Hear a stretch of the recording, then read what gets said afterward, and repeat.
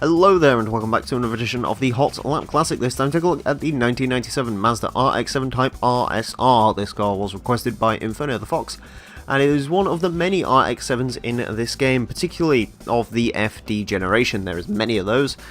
This one does come with racing mod. It's a bit weird to decide which one's a racing mod and which ones aren't. As always, the spreadsheet is in the description below if you want some clarification on it. If I remember rightly, the RSR is one of the more statistically impressive RX-7s in the game, so there's that. Anyways, front-engined rear-wheel drive, as all RX-7s are, 524 horsepower, a good amount of torque, 1093 kilos of weight. Expected this one to be relatively quick because RX-7s usually do pretty alright. To find out how it gets along, it is going to get 6 laps of the Motorsports Land tracking attempt to the best time it possibly can. Our current leader is Suzuki Scuderia Pikes Peak Edition. That's set time of 27.710. This car unlikely to beat that. The quickest RX-7, to my knowledge, to go around this track is the RX-7 Type RB from '96. That's at a time of a 30.846. Although most of them hang around... God, I can't even remember. I always mess it up every time I say it because I get confused. They're sort of scattered around the leaderboard. There you go, that's a better way to do it. It's most Mazdas are, actually. Mazda has a bit of a weird track record around this track. The RX-7's usually one of the quicker rear-wheel drive cars to go, well, pure pedigree for rear-wheel drives, you know, not mid-engine rear drive, front-engine rear drive. They are some of the quicker front-engine rear drive cars to go around the track. However, you know, you've got stinkers like the Cosmo and, you know, stuff like that. And then you got the cars that were sort of indifferent and were just sort of, like the Lantis, which was the first car to take on the Hot Lap Classic. You know, I say that, the Lantis probably could go quicker if it was tested now. That's the one thing with the Hot Lap Classic. You know, obviously over time I have gotten to know this course better. I know what routes to take and stuff throughout this course. And yeah, naturally cars have gotten quicker and slower over time. People have said about rerunning various cars, and honestly I don't know. I know LRC is incredibly interested in tuning cars to see if they can go any quicker. That interests me slightly, but yeah, whether I could take him up on his thing of that, it really depends how I feel at the end of this season of the Hot Lap Classic, because my goodness gracious, there is a lot of things still to do in this series.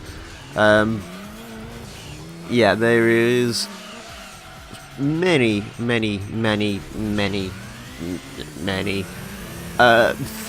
left to do.